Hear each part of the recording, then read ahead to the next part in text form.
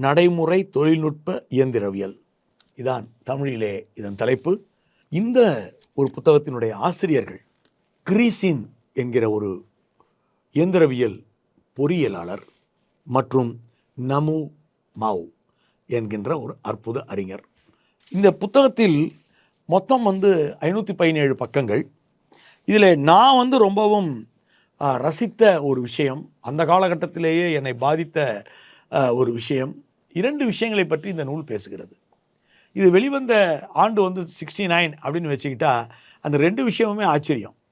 இது என்ன சொல்கிறது? ஒரு காலகட்டத்தில் விண்வெளிக்கு செயற்கைக்கோள்களை அனுப்பி இந்த செயற்கைக்கோள்கள் நமக்கு உலகெங்கிலும் இருக்கிற விளையாட்டுப் போட்டிகளை பார்க்க உதவி செய்யும் ஒரு தொழில்நுட்பம் வரும் என்று பேசுகிறது. இது இன்றைக்கி ரொம்ப சகஜமாக வந்துவிட்டது.